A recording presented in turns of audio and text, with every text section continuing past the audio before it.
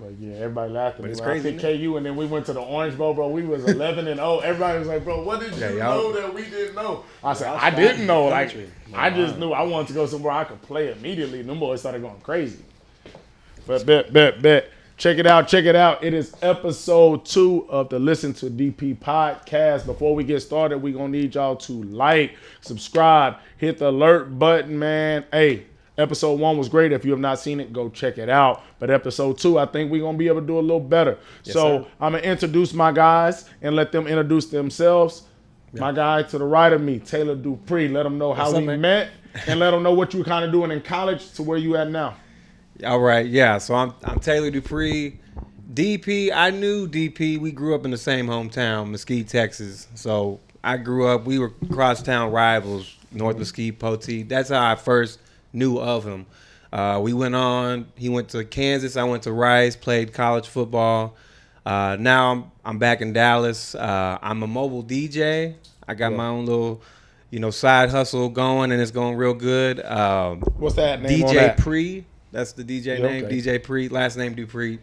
I don't need to get all into that, but 2020 I caught some storm. It all happened unexpectedly, but I did some TikToks and one of them went, really well. Went viral across pretty much every platform that's out there, and since then, I just said, hey, if you got a shot I just want to see where, it takes me. I don't know what to expect, but it's fun making these videos. I'm not really focused too much on, if people like it or not, but, it's fun. Yeah. I had you come out on one video. Man, I appreciate that, bro. We got some, shout out to Bleacher Report. They Facts. They hit me up and we did some fun stuff for them. So hey, Ian Taylor got us the bag, bro. Yeah. Bro, got a little something. We got something, and I was only in the commercial for 4 seconds, and hey, biggest bag I done never got for 4 seconds. Hey, I ain't gonna give y'all the exact number, but I'm gonna tell you the bag was worth at least 3 days worth of shooting for 4 seconds. For sure. 3 days for sure, man. But yeah, it's been fun, and I'm still going. Taylor Dupree 33 on TikTok if you guys want to go find me. So yes, check out his TikToks, man. What really got me back connected with Taylor was his TikTok. Yeah, literally, Maria, my girl, was like, "Hey, look at these Patrick Mahomes videos. The 7 rings that he got with Patrick Mahomes, Brady, and Ron."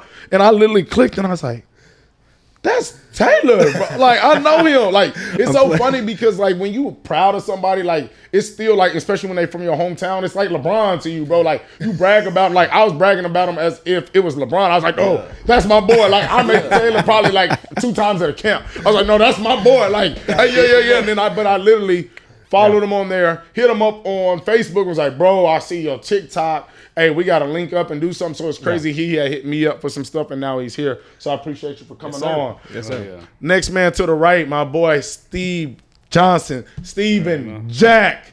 Tell him how we met. Tell him what you're doing now. Tell him what we did back in the day. Oh, man. Well, shoot, my name is Steve Johnson. I'm originally from Philadelphia, Pennsylvania. Met DP in college, man. My college experience was a little different. I was a walk-on, so I was a guy everybody didn't want to be around at first, but ended up making a lot of plays. Went head-to-head against DP a few times, won most of those battles, you know what I'm saying? I'm just playing. Nah, but after that... No, I ain't gonna lie. Let's before you go, I can't lie. If I was trying to block him, he won all the battles.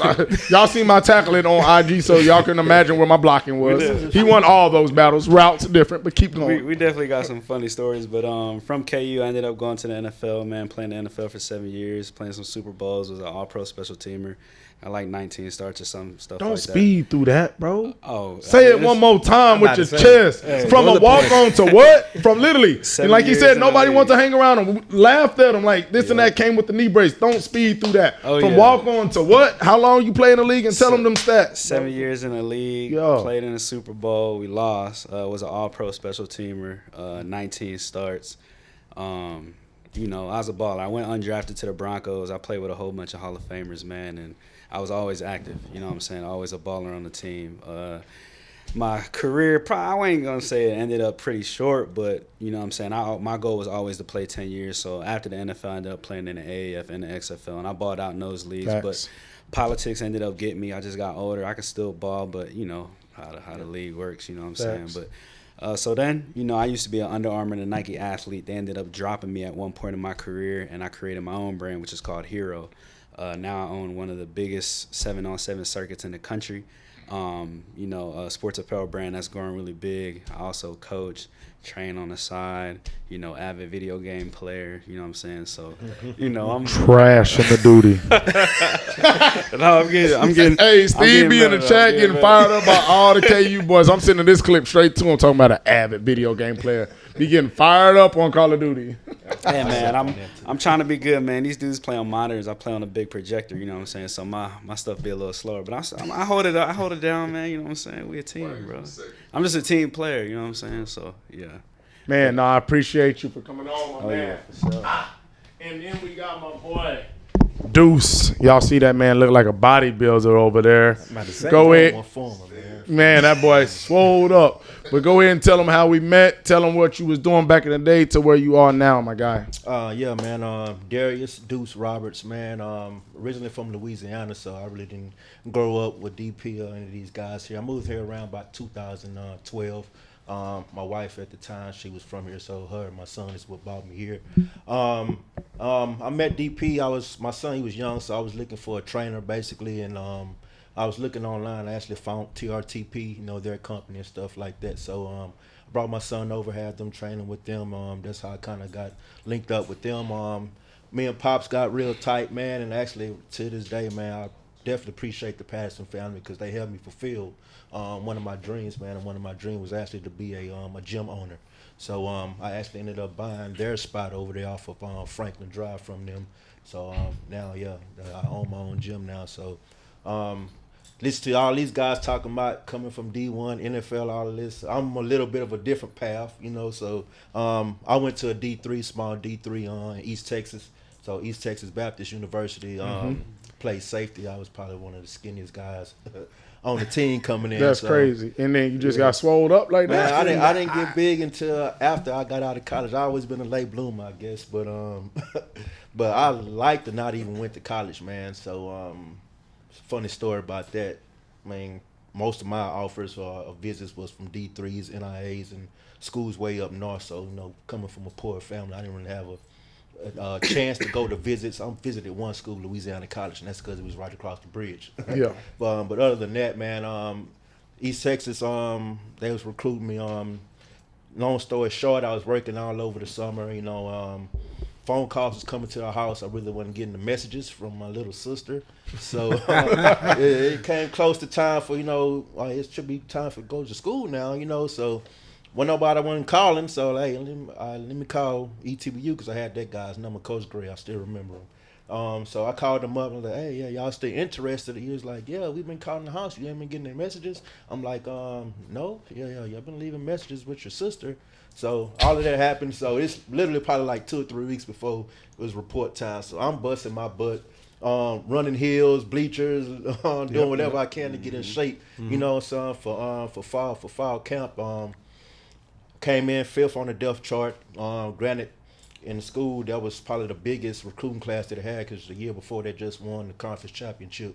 And it was like over 100 guys come in just in my class. I'm 5th on the depth chart.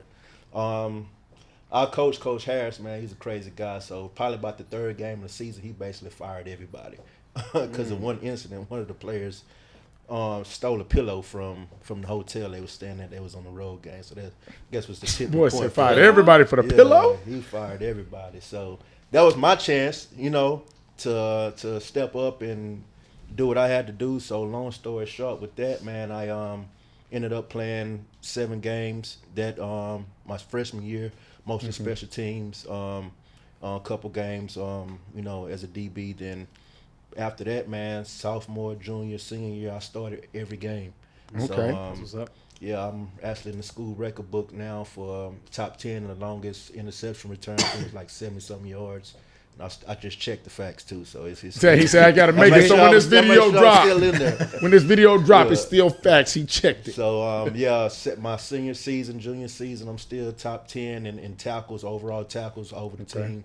as a safety, even playing with all Americans, linebackers, at least 2 or 3 of them each year. So I played a stint of arena football, maybe 1 year from the Shreveport Bossier Battle Wings. Got signed with those guys. Then I had another dream of that was always to go to the military. So I went off to the Air Force, came back after training. The team, AFL, AFL1, and AFL2 merged. So that team absorbed into the Voodoo, New Orleans Voodoo. So I wasn't about to leave my family way down here to go to New Orleans. So I decided, let me move up here, from Mesquite. So this is how I ended up here, Gotcha. So, I started off personal training, man. Again, another dream of mine that I was always into. And you say how I got so big. I just randomly one day seen a poster of a bodybuilding competition at the gym. So, again, another short thing. It was like 2 weeks before the competition. So let me get in there, do what all I can to get swole, man. But I was always lean. I was always cut up. So my goal at that time was to get bigger at that time. So ended up doing that 2 weeks. First show I ever did, I won 3rd place in my first bodybuilding competition. I've probably done about 6 or 7 of those so far. Ronnie Coleman Classic, which was Mr. Olympia. Big classic right there. Phil Heath Classic, another 6-7 time Mr. Olympia. So I've done some pretty big shows. My last show I did was probably 2016. Right before my wife died. Well, right after my wife died. So and R.I.P. to her as well, because we got to meet her as well. So yes, we really miss her, man. But ended up getting 2nd place. And nationally qualified in that show as well, man. So I didn't do anything with it because during that time I was going through some stuff. So But other than that, man, so just met y'all through the training world, personal training. So that's how I come to own my own gym, and that's what I do now. I coach middle school. I'm in charge of the strength and conditioning program with that. So and that's what I do in my gym. I train athletes, so that's my passion, and that's what I love. That's a great passion to have, giving back, especially with us all being athletes. But yeah, man, I appreciate all y'all boys for coming. And like I said, let's get into it. Y'all know that first topic we're gonna talk about. We were all athletes. Playing sports year-round wasn't really a thing when we were growing up. Like not playing a single sport. Like we played football, basketball, baseball. We was in it. Now these kids are 6 or 7 trying to be like, oh, I'm going to be a quarterback. Like they ain't even talking about just playing football. They're like, I'm just playing a position. Like how do y'all feel about like these kids just saying, no, not even these kids, 'cause it's not the kids, it's the parents.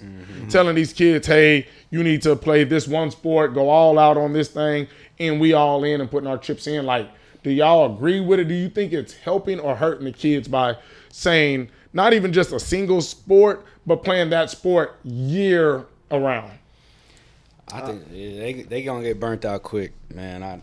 I say that because me growing up, I rode bikes, I jumped ramps. You know what I'm saying? I played basketball, I played baseball, tried soccer, was trash at it. You know what I'm saying? But for my main sport, football year round, I just couldn't imagine at such a young age doing football year round and not being burnt out by the time I got to high school or college, right? And when you get to high school, it's very important to not be burnt out. You know what I'm saying? You want to be ready to go, especially if you got dreams and aspirations of going higher.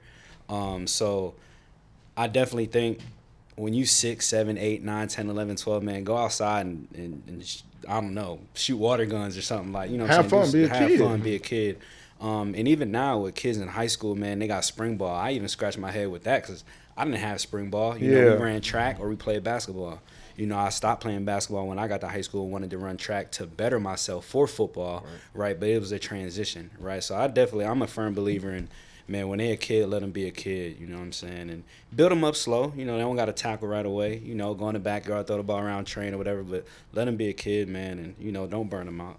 And, like, it's crazy because football has evolved to where it even is year-round.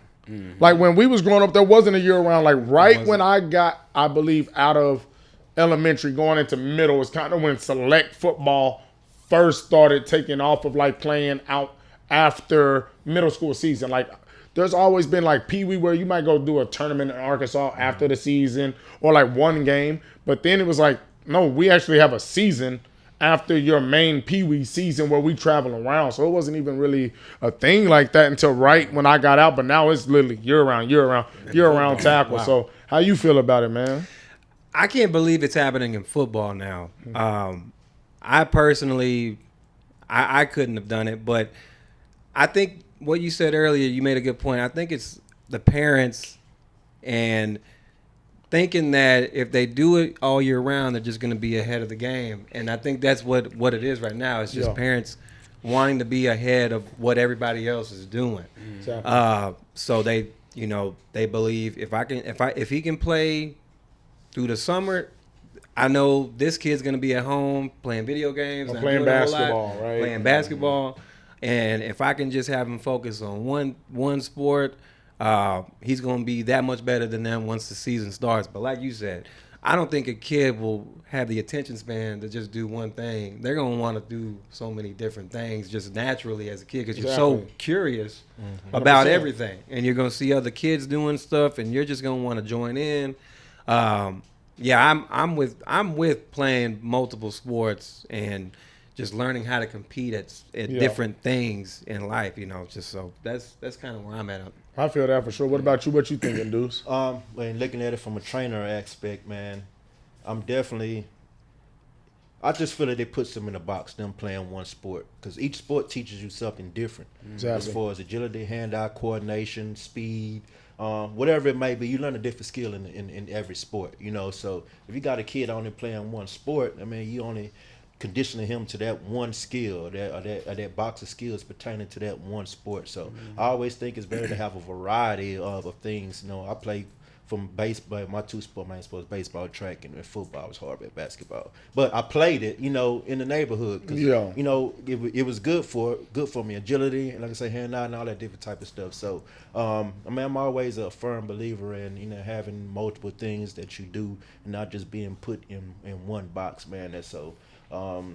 Definitely training, playing year round. Back then it was football, and you have off season, right? Yeah. Now it's kind of like they don't have an off season no more. And what did you do in off season, right? You hit the weights, you ran, you recover, you got your body ready for the season. So now that they're missing that aspect, of their journey, doing that. So man, I just believe that take a break, train, recover your body, train your body. Just don't do that one thing all year long, man. Like you say, you'll get burnt out on it. I can also piggyback off of what you're saying. To be honest, I love playing basketball growing up. Football was like my passion, but I love playing basketball.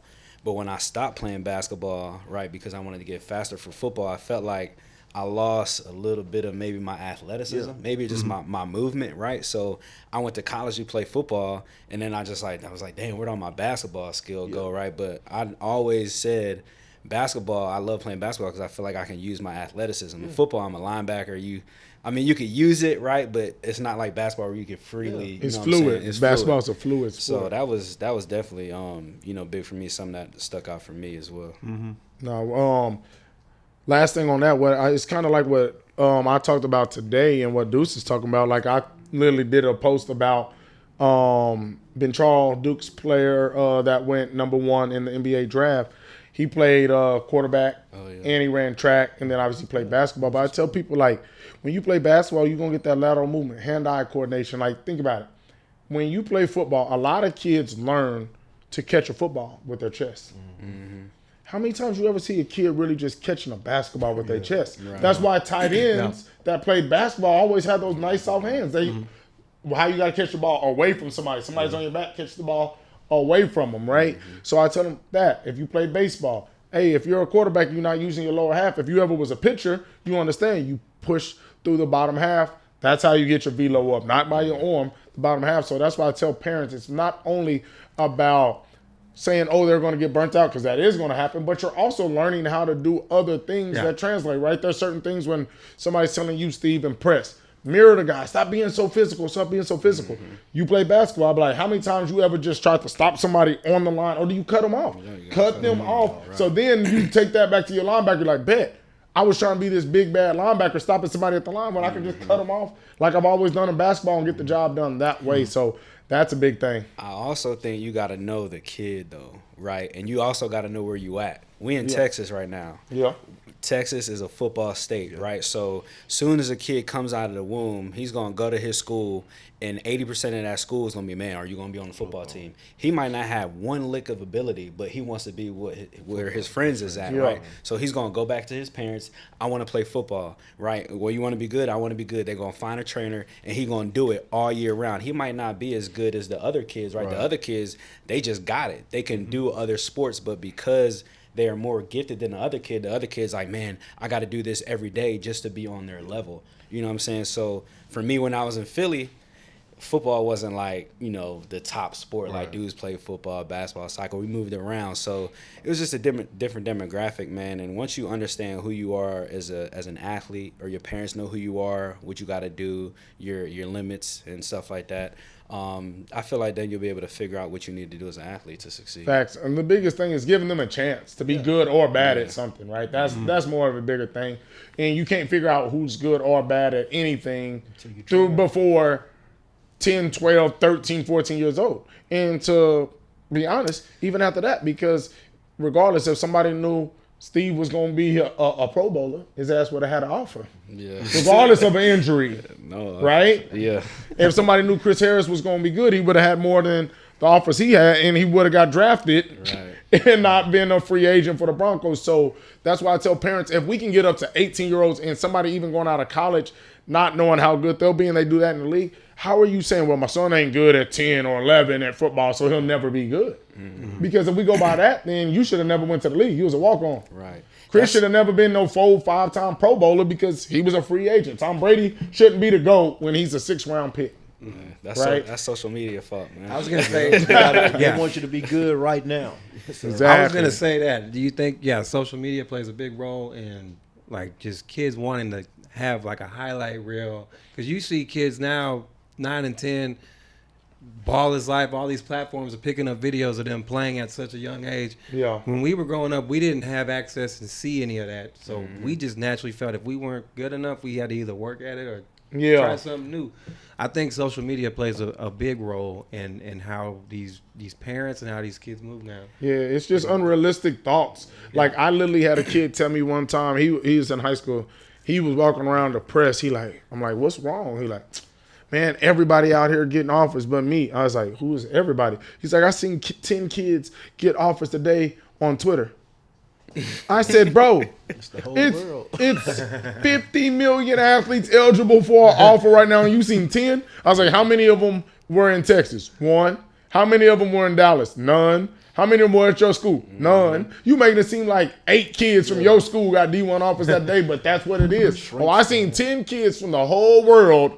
And obviously it's more than 10, but you saw 10 from out of all these people get it. Now you depressed of what you got going on. Right. So it does make unrealistic expectations because it's a now. Or when a parent does see a 7, 8, 9, 10-year-old be like, and I'm going to shout them out, like Lil Blaze, right? Fast and this and that. Oh, if my kid just works out super hard. No, that's an unrealistic expectation. That's 1 out of every million kids that will be like that.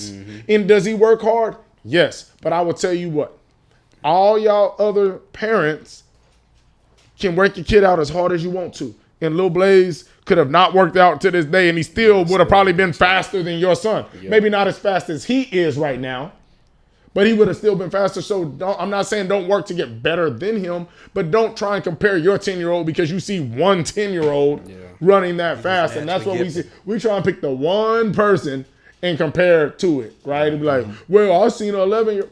Okay, well, what about the other 11-year-olds that you've seen them, thousands of them? They're not like that. Stop making your son or daughter be compared to one person that you've seen. But that's social media. And genetics, man, plays a part in that too. So, man, you got to know your kid. So, man, this kid might be genetically gifted now. And then, like me, I was a late bloomer. Your kid might not be there yet, but just keep working at it. Make your kid the best him he could be or the best her they could be. You know, so don't, like I said, don't try to be like everybody else or be like this kid that you've seen online or social media or whatever. So, I mean, just focus on you and you getting better every day. Oh, yeah. Facts. Let's talk about, like, with social media, I feel this plays a part in it, and just the generation we're in, right, where it's a now, a me. Guys, we talked about it, getting offers, right? When I got my first offer, I was excited. I call my pops. Hey, I just got my offer. Let's go work out. Because I love that feeling. I needed another one. Then I got my next offer. Every time I got an offer, it made me work harder. Because offer game is kind of like a job, right? Like your first job isn't going to usually be good. Like your first offer will probably never be Alabama. Your first job is not going to be the CEO of Apple. So it's going to be McDonald's. Nothing wrong with McDonald's. Just like there was nothing wrong with me getting Illinois first. But then it tries to get better and better and better. So I always worked harder because I wanted the next offer because it felt good to see your work pay off. Yeah. But now I literally have kids that get offers and get lazier and lazier and lazier. And by the time they go off to school, they out of shape and they ain't even the player they was their sophomore year when they was getting offers. Like, have y'all like seen or noticed that you're running a big 7-on-7. You're training just like I do. I know you're on the social media, you're still around athletes. What do y'all feel about that? I feel like kids get complacent with offers now instead of going harder.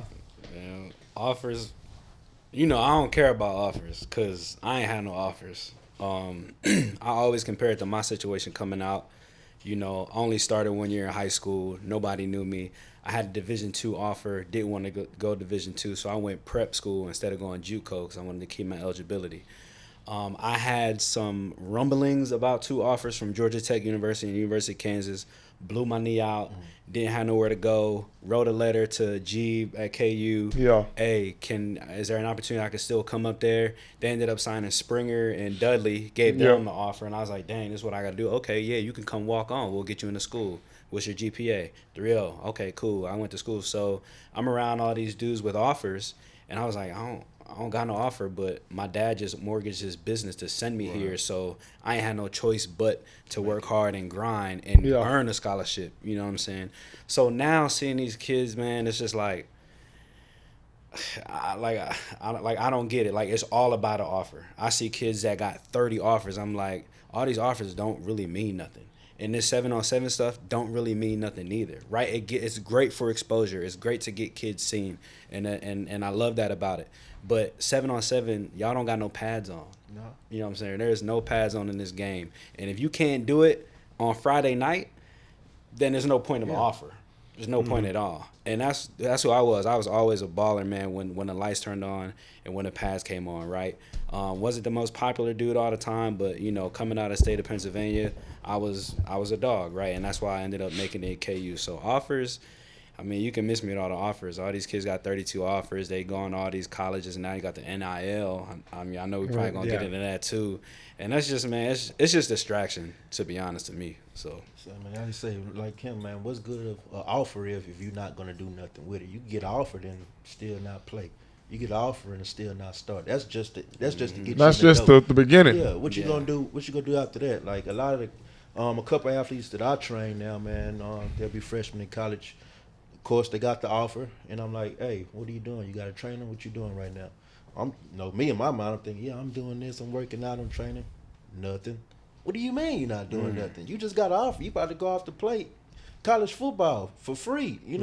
So all right, come on, let me try you. But even then, kids come in there, you still gotta push them and make them come in to train. I'm like, exactly. Like, why do I gotta motivate you for you to be great?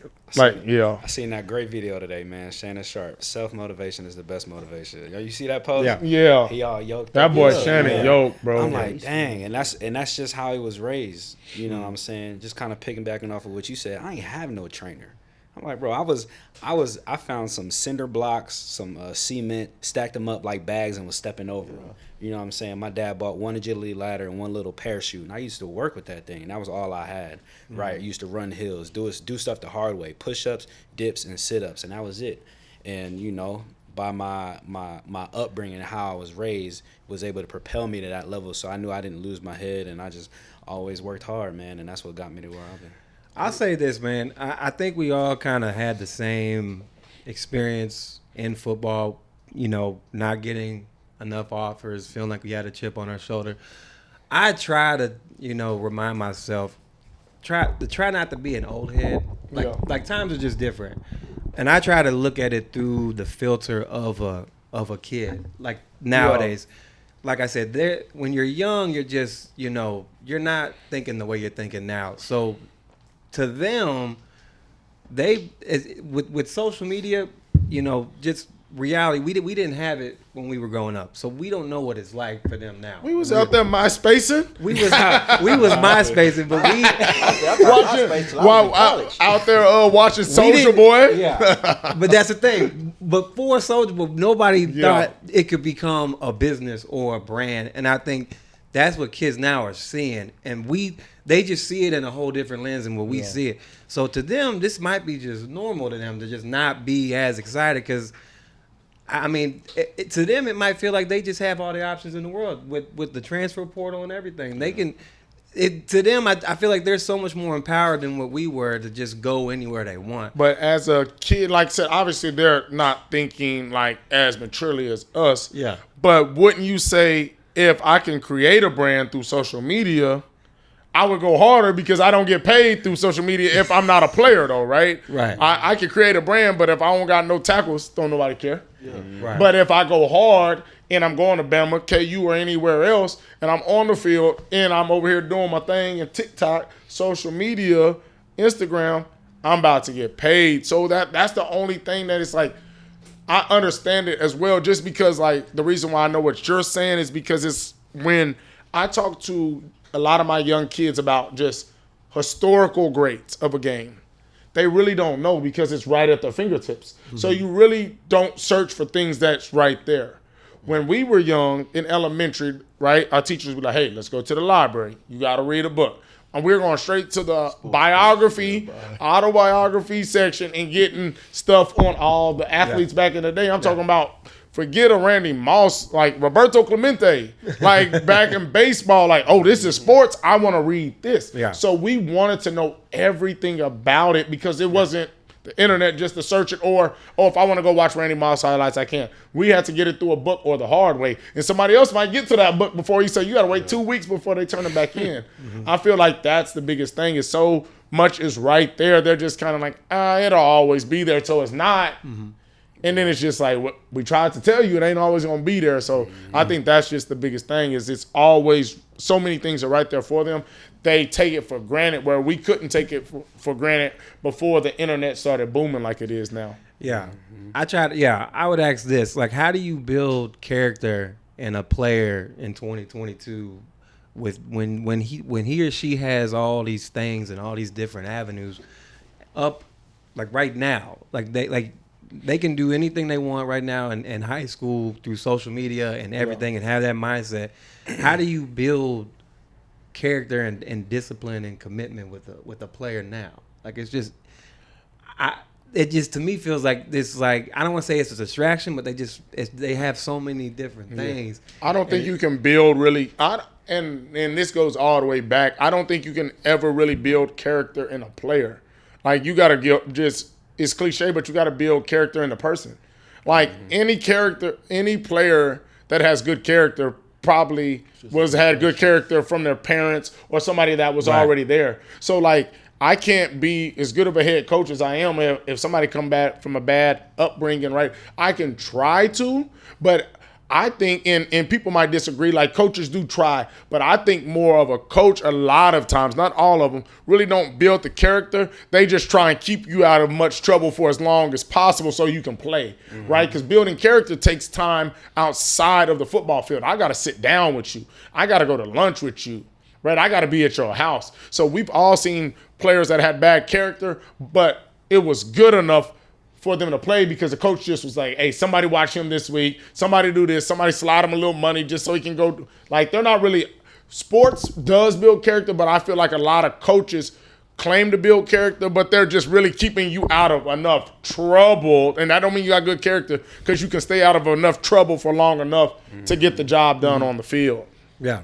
It's come from me coaching middle school. You know, of course, we all know that's a pivotal time in a teenager's, a young teen's life where they could go either way, good or bad, as far as character and stuff like that. But a lot of coaches don't take the time out to build relationships with their players. And I believe if you could build a relationship with your player, you could plant that seed of a good character in this player. You know, show them this or show them that, how to be this or how to be that. and take them down that road there. So, I mean, I just think relationship building is a big And part I of think what we do, and I'm excluding us out of coaches, I guess we're coaches, but trainers have an opportunity to do it a little better because we're in a different environment where it's like a one-on-one, or I can pull you aside and I actually, you know what I mean? We're seeing you year after year. I might have a 5-year-old till he's 18, but another coach, like, I just got to keep this guy eligible and on the field because I'm planning on leaving this school anyway. Why I'm about to be sitting here all night with you when I'm thinking about if I'm at KU, I'm trying to get to Oklahoma. If I'm Oklahoma, I'm trying to get to Ohio State or wherever it may be. So I think, like I said, a lot of coaches, and not all of them because we do know some good ones. Shout out to my boy Lanier Sam. Shout out to my boy Coach AJ. John Wilson. Them boys is doing, but I'm just talking on a very large scale. A lot of coaches are just trying to keep kids eligible for long enough to get the job done on the field. Do you think, going back to players being complacent when they get offers, what do you feel now? I'm seeing high schoolers sit out their senior seasons just to be mentally and physically prepared for the next level. Tripping. The only sport I can even see this in. Facts. The only sport I can even see this in that would even make sense would be basketball. Because you can still go play basketball anywhere at a high level. How are you, like, when I was at KU, I balled out game 1 and game 2. Hurt my back in the second game. I didn't get to practice but half speed. So I practiced but half speed for 3 days. I played South Florida on that Friday, and the game was so fast.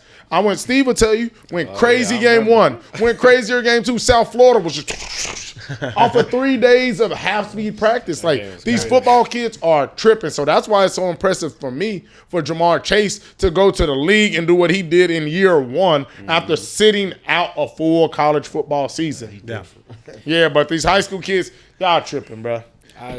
This is my problem with it. I feel like they think they already made it, right? Yeah. And I'm gonna say this now, and I'm gonna stand by this. There's gonna be a lot of 5 stars, 4 stars, 3 stars, dudes that are highly touted coming out of high school that never make it. And all we're gonna say is what happened, right? And it's just because of the decisions they making today.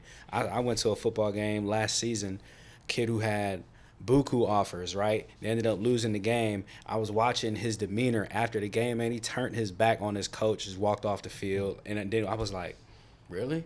On social media, I thought you was supposed to be this guy, right? But this is who you are? So I'm like, man, that's not cool, bro. And I was like, and it's social media fault. It's social media fault. It's these stars' fault. It's the ratings. It's rivals. It's Sports Illustrated. It's just the way the world is Crowning now, man. people early. It is. It just it kind of forces a kid to want to grow up too fast. You know what I'm saying? And that kind of goes along with what we was talking about earlier. You know what I'm saying? Yeah. But there's gonna be a few kids, man, that do make it, but it's a tough line to walk. It is a tough line to walk because you got so many things coming at you and you don't even realize what's coming at you and knocking you off course. You know what I'm saying? You gotta stay focused, right? You can't be distracted, right? If you got a dream and aspiration of doing one thing, you're on this train and you're on this track of moving forward, right? But there's all these other distractions trying to knock you off of your track, right?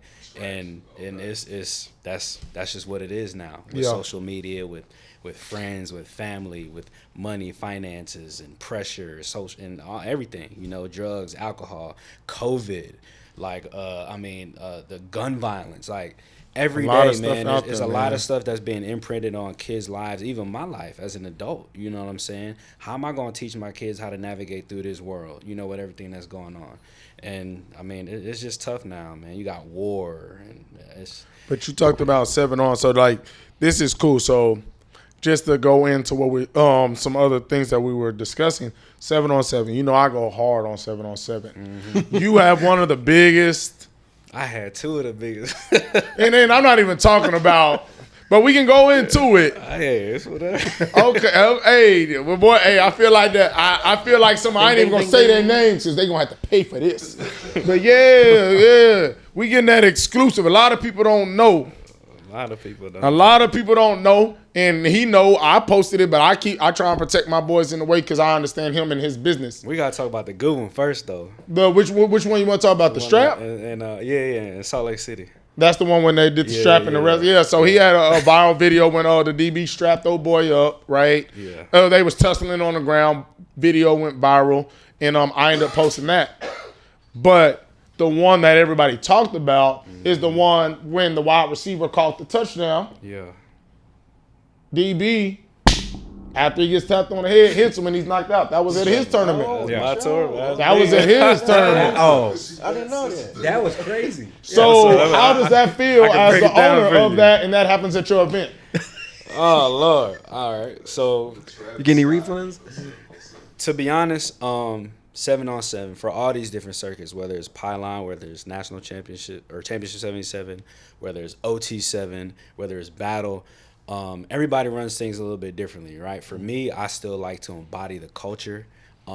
Kids wearing mouthpieces mandatory.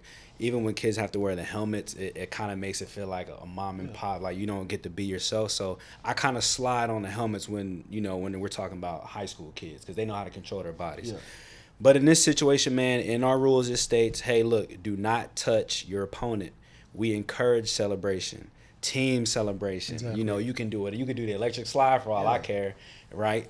But do not box a kid in. I know y'all see a lot of this, The right? little, they doing it. Yeah. Now this is a big thing, right? This is a big thing The in little head, basketball. yeah, This is a big everywhere. thing I seen that everywhere right? now. So instead of doing this and looking at your opponent, they going and touching the kid's head, Yeah. right? Take it to a different level. And I'm like, oh, like they different now. You know what I'm saying? So I mean, in our rules it states, hey, if you touch another player, there's a fight, you will immediately be kicked out, right? So here's a little play-by-play. I'm on the same exact field. I'm also a coach of a 7-on-7 team. I'm coaching. My team is up 1 point, right, with 5 seconds left. All of a sudden, I'm on this end of the field. I look down. There's a kid out, parents going crazy, people running. I'm the owner of my brand, so I stopped coaching. I call the play, and I'm out. So I run down the field. I'm trying to figure out what happened, and the kid got slept, right? He had braces. And he's okay now. He played for West Texas Boom. I think he has a full ride to the University of Arizona. Great kid. But just the 7-on-7 culture of trying to make your opponent like You're embarrassing You're him. embarrassing them, right? And that was the wrong kid.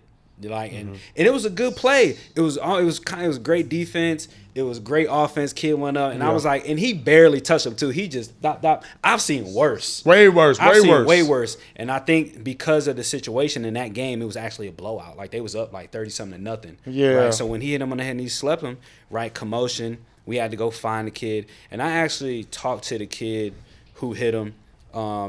Cool kid, man. I was like, look, bro, I know this is not what you wanted to do. You know what I'm saying? I know you probably got schools looking at you, right? This is a wrong decision. I actually had coaches call me that were looking at that kid, talking to me about the situation when they see me post it. Yeah, like, hey, I know that kid. And to their credit, they told me that he was a great kid and that they would never have expected that. And that's the vibe I got from him, because when I was talking to him, his head was kind of down. I was like, look, bro, like, you're not supposed to do that. That's your brother, bro. Like, I know you don't know him, but that's really your brother. You're not supposed to do that. And I know stuff gets heated, you know what I'm saying? So, and the cop was standing right there. I was like, the cop is going to have to do his job. But I was like, you good with me. You made a terrible decision, right? But we all make terrible decisions in life. Yeah. We got to learn from them and move on, right? And from that, he was like, yes, sir. He was very respectful. And I was like, okay, cool. I was like, I'm pretty sure he's going to be straight. So then I went back and made sure the other kid was straight. And he ended up being okay. We're going to end up sending him some stuff. But what got me was the following week, that same team was fighting again in another tournament. Oh, man. Yeah, bro. Now, I don't know if it was the same kid, but it was the same team. And I was like, okay, now this might be a coaching Yeah, I'm issue. about to say, where are the coaches at? You know what I'm Exactly.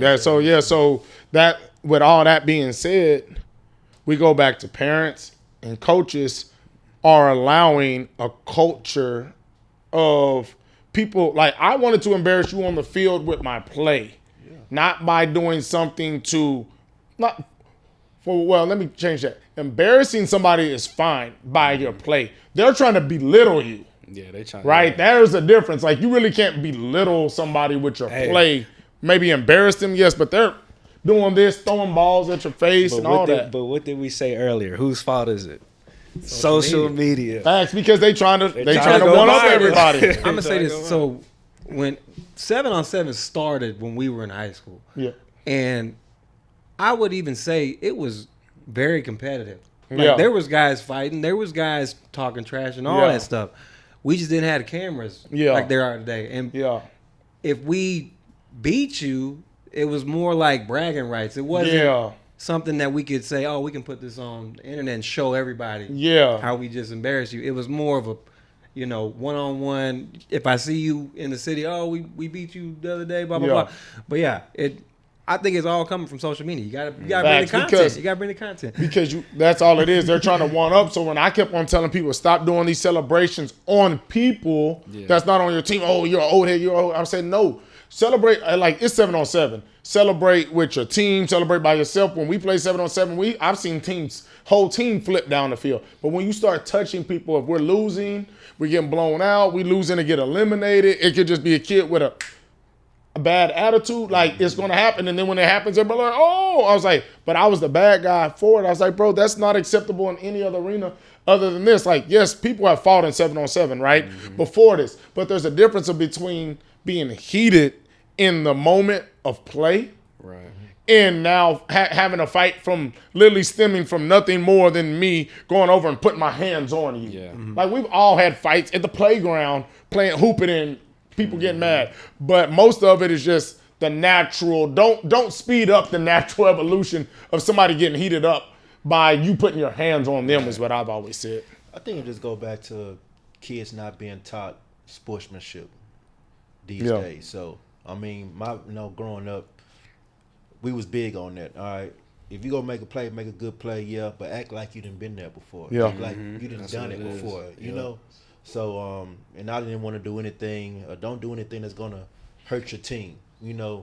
Whether it might be fighting or whatever, might get a penalty, hurt your team in that way. So a lot of these kids don't think that way. They just all about social media. What can they do to get likes or one up this person or one up that? So I mean, I just think they just need to be taught sportsmanship again, man. At least how to do it the right way. If you go celebrate, do it the right way. But I've also seen kids try to do it the right way and still ends up being hype.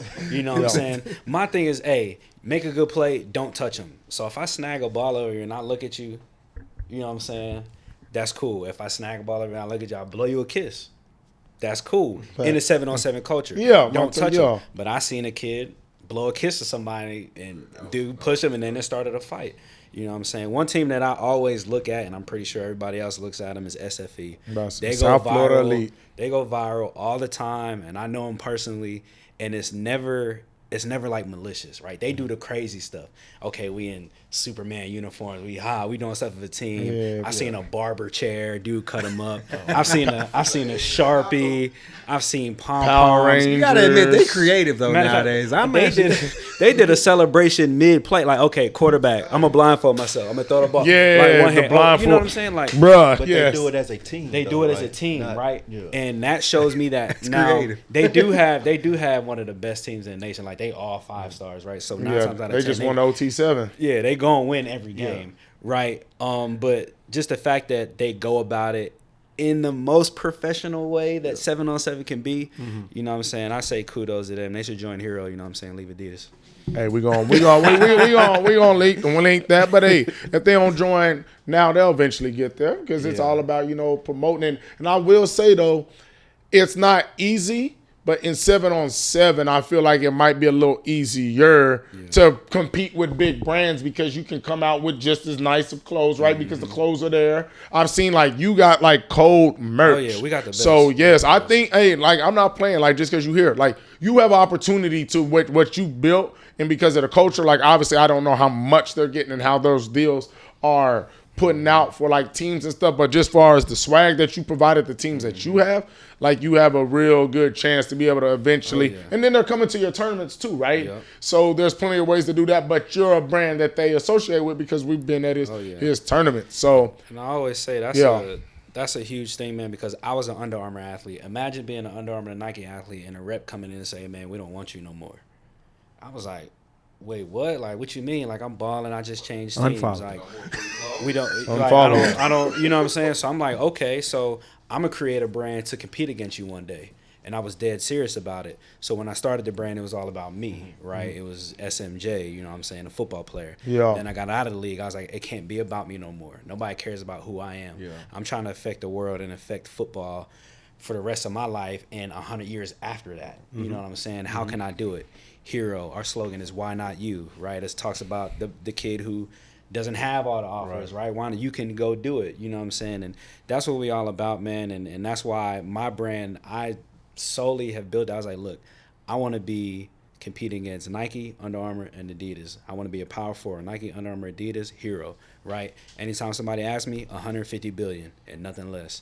It's crazy because think about the conversations we was having when you was even asking me like, hey, DP, I see you sponsoring these teams and this and that. Yeah. And I'm creating my brand and like to be honest, so I was doing my brand, TRPT, which just was training, but I'm talking about as far as teams go before Steve started doing the Hero. And now I look back and be like, yeah, I'm not messing with Hero on like the branding, the merchandise, because that's what he's in. Like the clothes, like dude is like killing that. We used to talk all the time. This is before I even came out to Forney.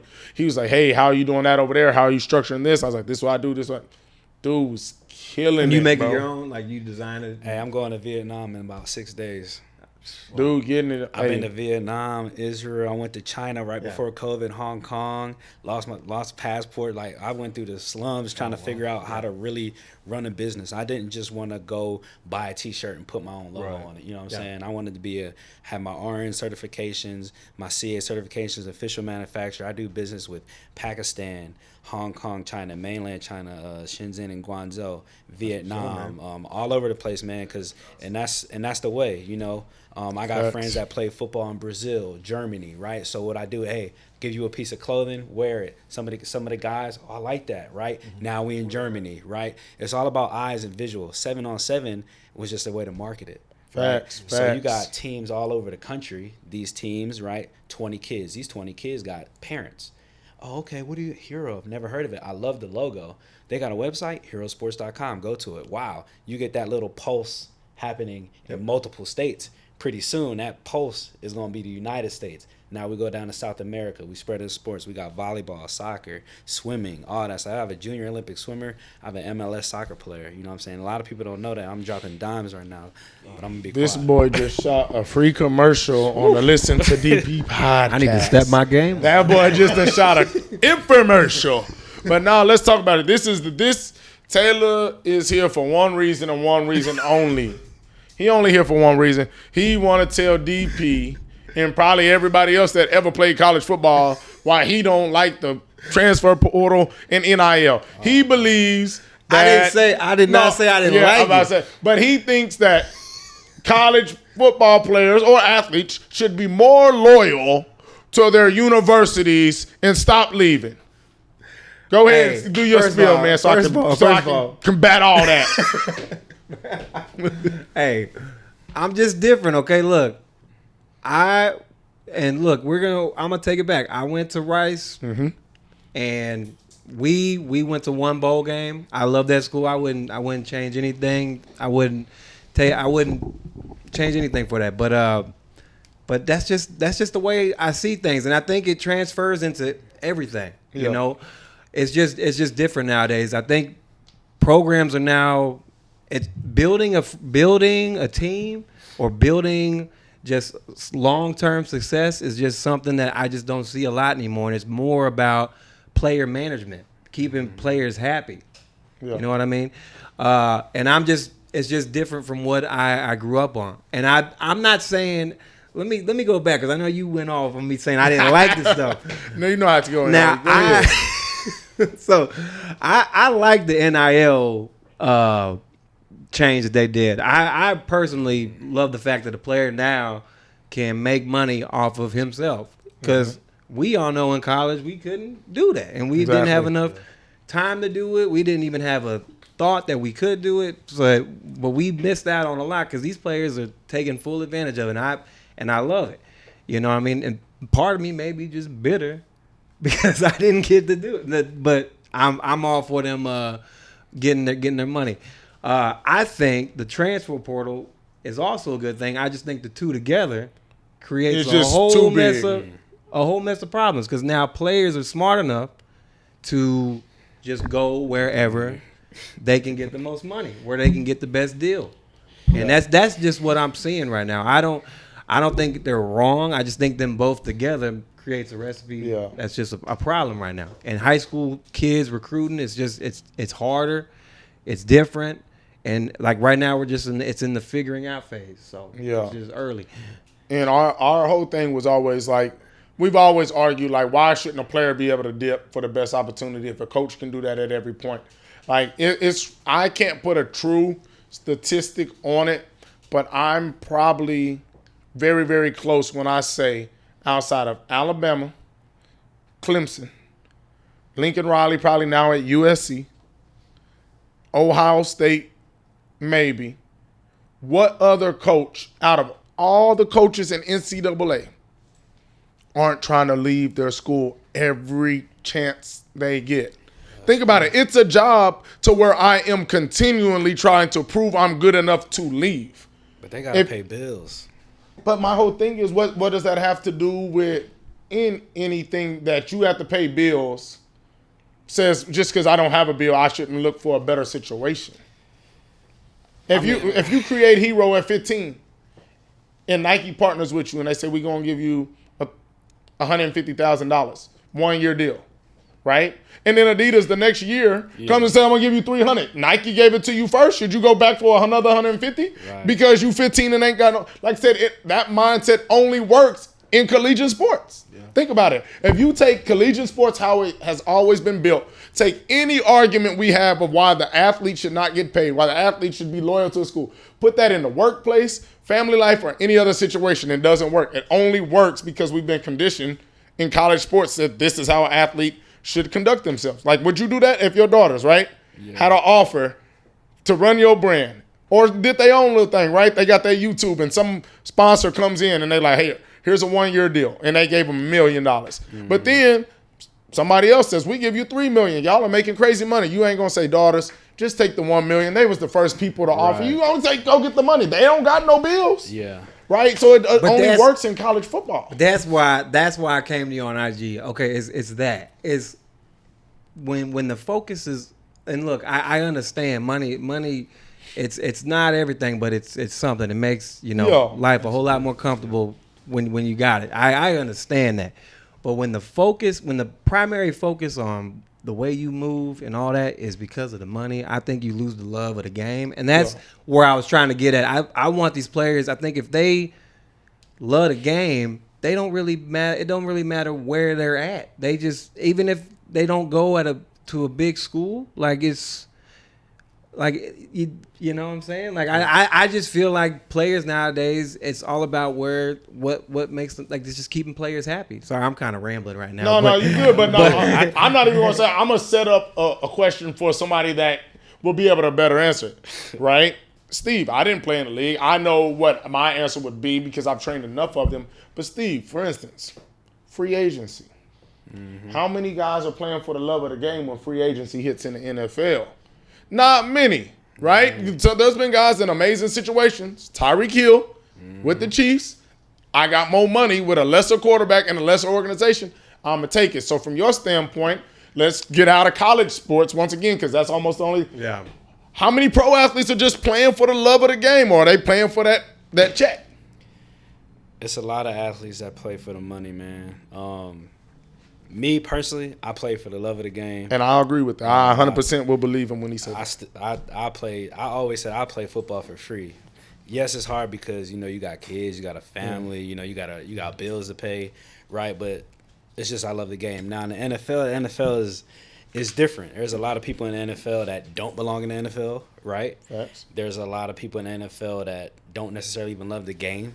They just there because of their status. They feel good from their peers. Channing Crowder says it all the time on the pivot. He said, "I literally only played for the money." Yeah, he said, "I literally only played NFL for the money." Like, and that's mind-boggling to me because I'm like, for the money, I'm like, bro, this is hard work.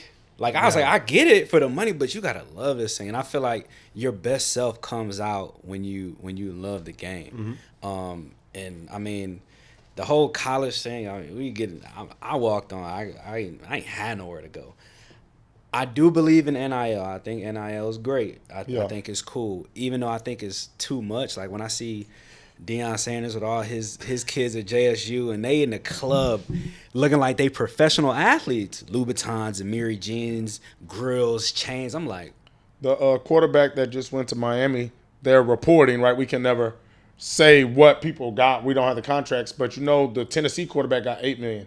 They're saying the Rashad kid that went to Miami that committed yesterday, 5-star or 4-star, depending on what rankings, got $9.5 million in a deal and turned down $11 million from Florida. bro, I would be rich right now if NIL was out when I was playing. Now, I might have not got money coming out, but shit, oh my, $8 million, bro. So like I said earlier, I'm still trying to understand this UL stuff. So all of these millions these kids are getting, is this based on performance or just because of who they are? It's performance. And It's well, it's social not media. even really. No. It depends.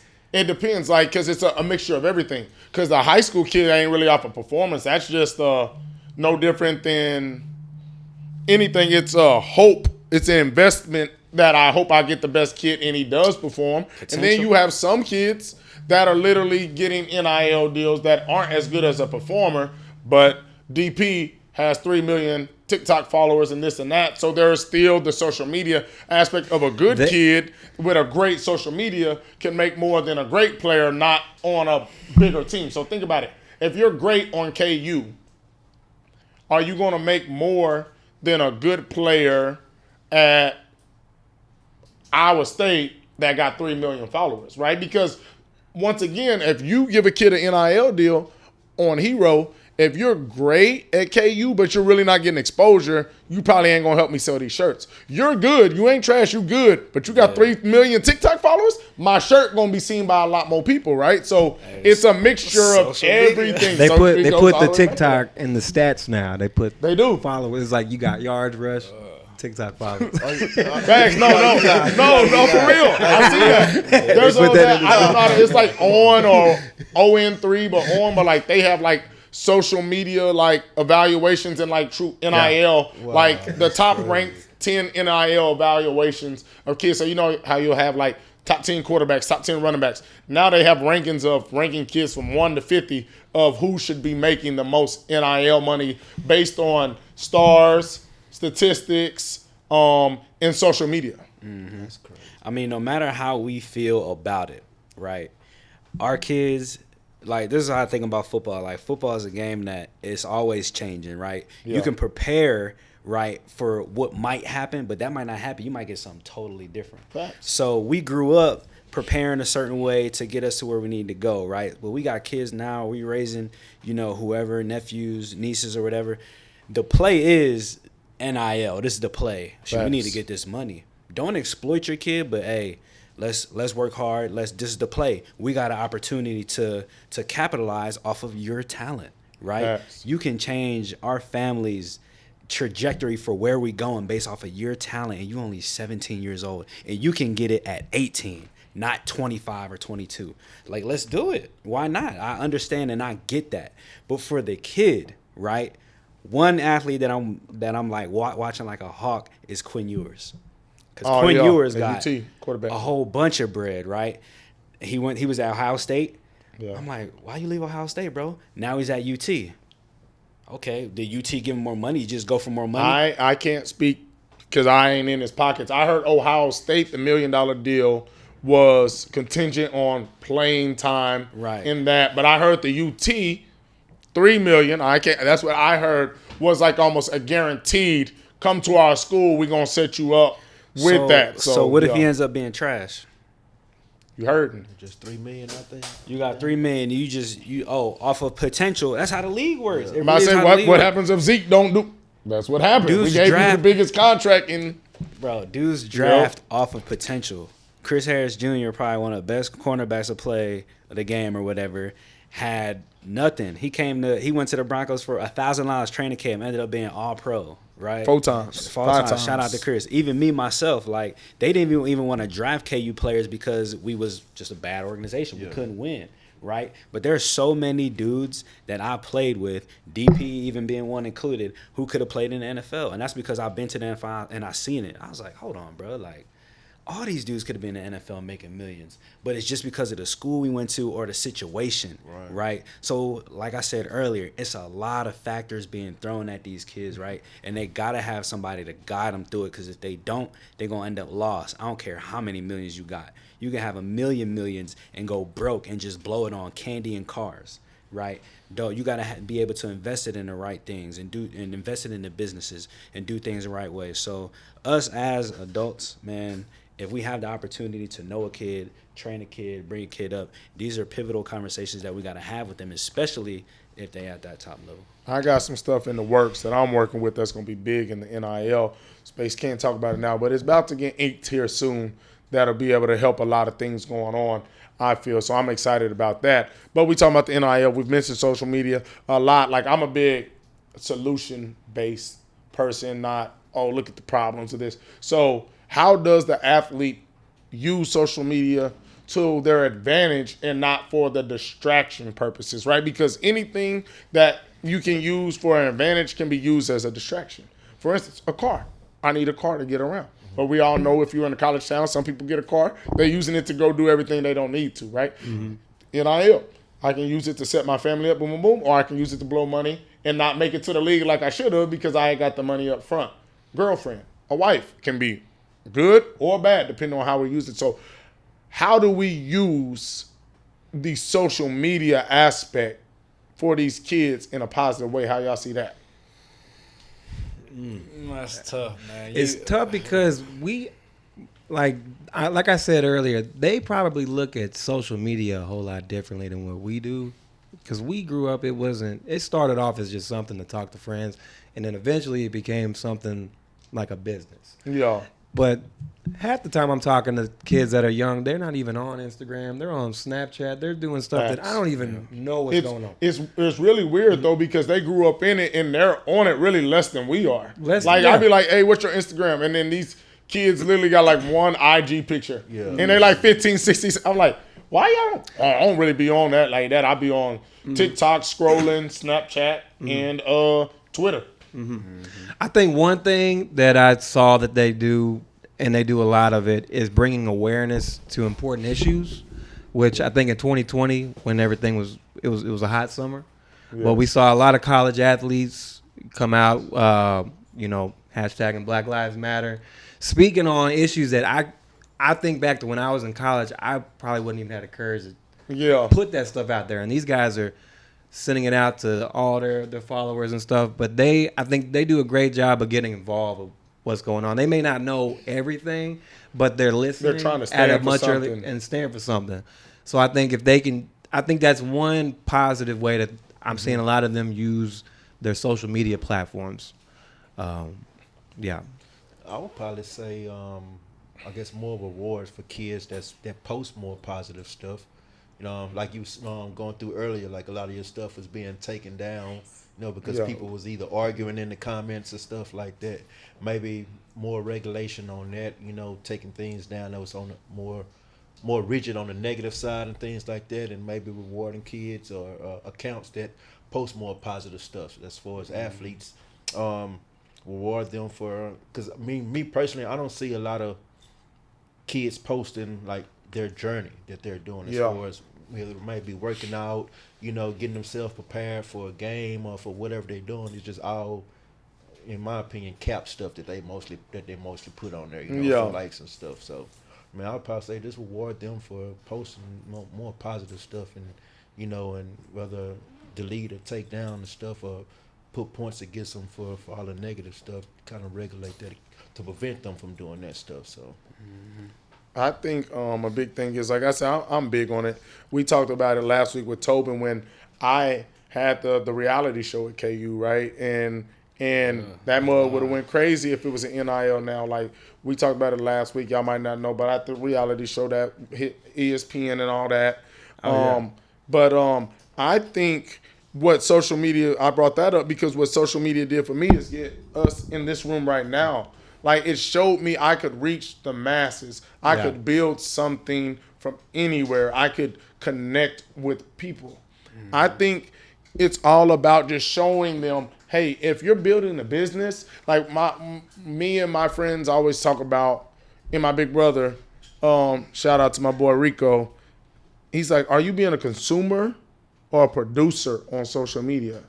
Are you just sitting there waiting to watch the fight videos? Or are you trying to build something? Like, no, I watch certain things. I'll scroll a couple of times, but most of the time I'm making my video, posting it, and whatever I kind of see is almost like when I open the app, whatever's the top things that you see. Yeah. I don't spend all day scrolling. Now, there's sometimes where I'm laying down in bed or nothing to do, but that's not what I'm doing all day, and that's what some people are actually doing. I think if we're teaching them to be producers, right, it's a good thing. But it also goes back to an interview I was watching with Chase Claypool on I Am Athlete.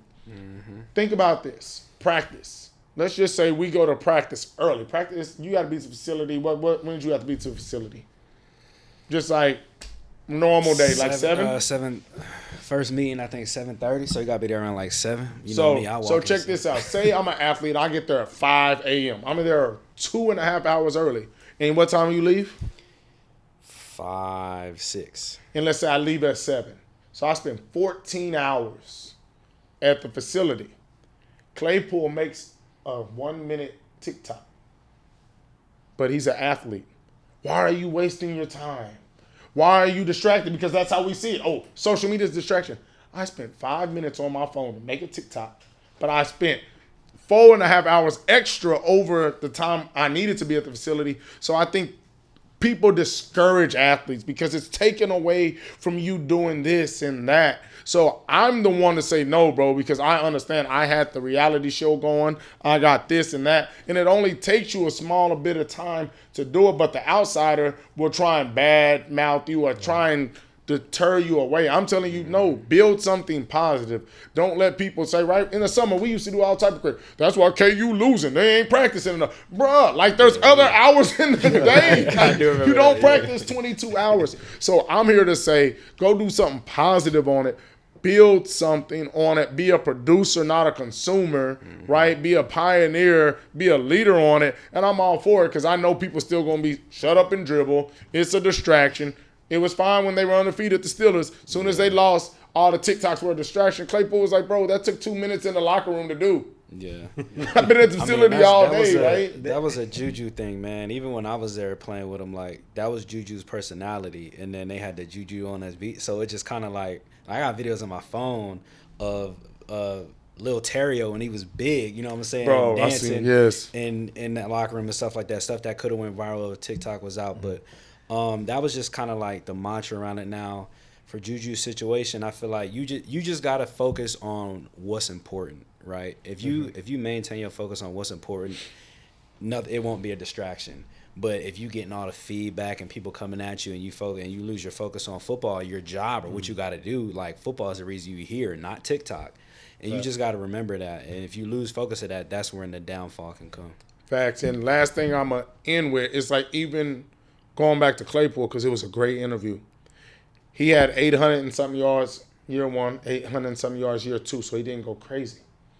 But he said most of his money he was making was coming off of TikTok. And the Jordan brand reached out to him and said the biggest reason why we want you is not only because you're a good football player, but there were kids with better stats, but because of the TikTok influence you have. So think about it, like it's a business. If I'm making most of my money and getting deals, you're telling me to now stop feeding my family because I'm making 2 or 3 minute TikToks. I think it's all about when you're doing it, how you're doing it, but this is a business. And people aren't understanding that, like, these athletes aren't on here just to be making them and being goofy.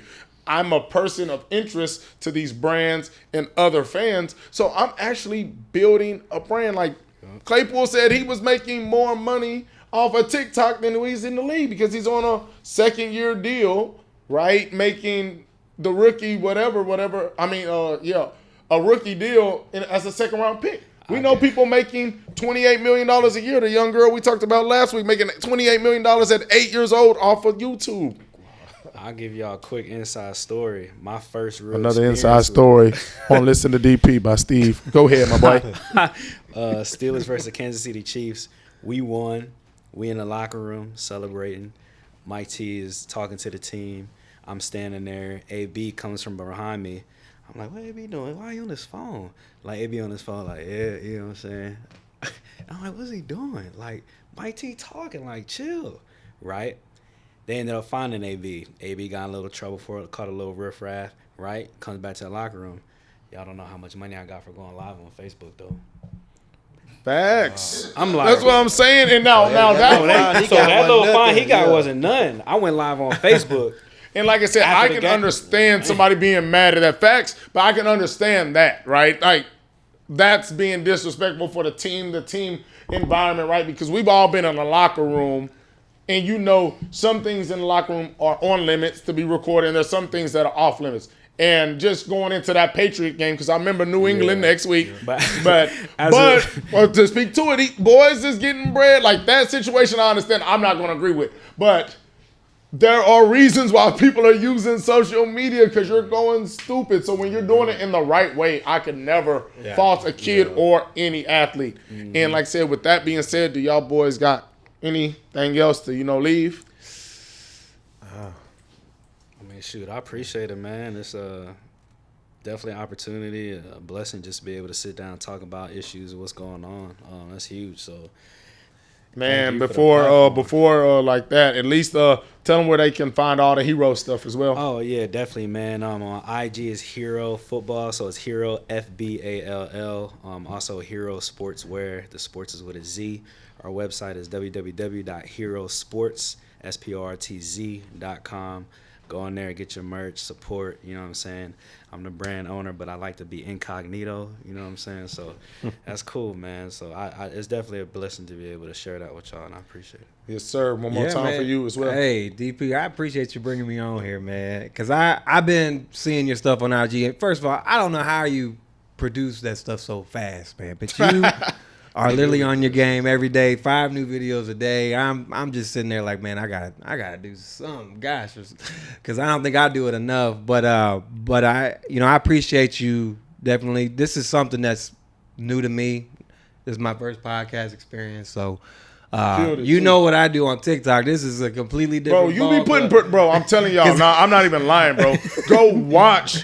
He made a series on TikTok, bro. It's like a movie, bro. I'm just sitting in front of a green screen. This man is producing movies off his phone. Yes, for real, bro. That's me. Like, I break all the TikTok rules. You're not supposed to produce videos on TikTok. You're supposed to just put your phone up, film something funny, post it. No, I'm going to post something that's actually well thought of.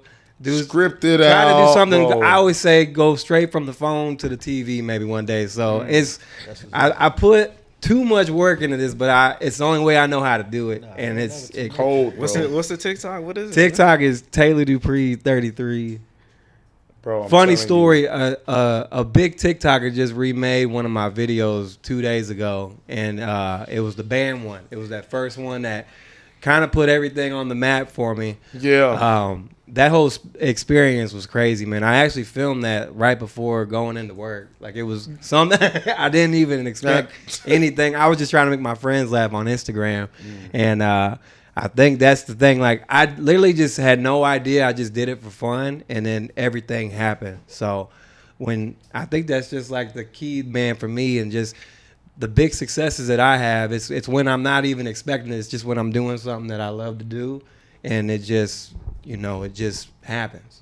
You know what I mean? Straight from your phone, or all on my phone. Yeah, it's just me. Nothing. It's tripod and a crazy, phone. because somebody else did. That's the one. That's the one. Yeah. That's him doing. That was my. Yeah, that was my. And you see this? What I do? Nope. Yeah, you already know. We cool. Hey, shout out to Vibing by Tay. I think that's his name on TikTok. Yeah. No, we cool. Now. AJ sent me. I didn't even know that was the dude redoing it, but then I showed him. I was like, "Nah, my boy." Literally, that was yesterday. That was Told the guy. My guy did it first. Yeah.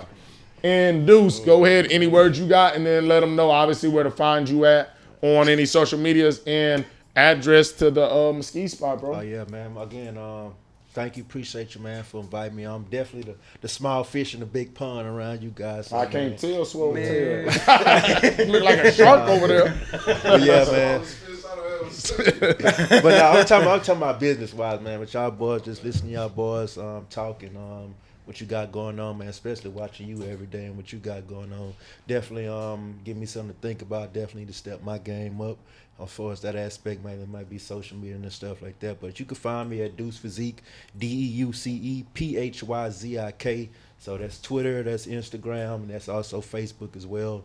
Most of my content I post is on IG. So I produce my own videos and record my own videos again off my phone. So I try to think of my stuff more like highlight videos for the gym, highlighting guys' work ethic and stuff that goes on in the gym. So once I figure this social media stuff out, man, I'm Deuce the old head. How old are you, Deuce? I'm 36, man. That boy If I'm- Deuce am over I there the talking oldest like one he's in here? 45 when I figure out how to hit record and stuff. I'm gonna get y'all. I know how to do all that. But yeah, man, I have my own brand too, man. Deuce Physique too is not the biggest hero here. I just need to get with you, man. So I need to Oh get yeah, with for you. sure. But I bought something for you, man. Man, I appreciate that. So a little goodie bag. sir. Okay, boy, get the goodie bag. Where my stuff at? No, not for you. You got me a bag for real. You good. Steve, where my hero at, bro? I got you. Oh, yeah. Hey, and this is what's the coolest thing, because my pop support Deuce's stuff a lot, too. It's the Deuce Physique is DP. Why? I'm about to and I say, literally, yeah, and you the literally initials- came on the show literally a week and a half too late because I broke my TRPT flip-flops and they ain't have flip-flops for a month because I'm cheap. This gas money been making me make business decisions out here. So, yeah, we got the, come on, bro. How I ain't going to wear the DP flip-flops, one. So, I appreciate that right I try now. to put it from head to toe, man. I got everything. And then I'm going to wear the DP socks with the DP flops. Y'all see it? Oh, yeah, got some more of them. Yes, sir. We're gonna open in front of all of us. Yeah, y'all. And then we got the do work with the DP on the back, of course. So, man, no, I appreciate that, bro. And then obviously we got the do work bag. And like I said, that's what it's about, too. Like, I love that you have a brand. You have a brand. I have a brand. And regardless of having, I don't know if you have merch or whatever, you have a brand online from your TikToks, you have your DJ Dupree, stuff like, so you have a brand, right? So that's the biggest thing with anything, and that's what I believe, once again, what we keep talking about. And went full circle of almost like distraction, but none of these brands exist without social media, because we can't compete with Nike or Adidas without being able to get to the masses on social media, because they have to pay millions and billions to get where they are. We can get our brand out there for free if we want to. So, yeah, man, I appreciate y'all boys. Yes, sir. Man, Appreciate it, man. Great episode, So fellas. anytime, man. Appreciate you. Good. We out of here. Y'all boys good. Yes, sir.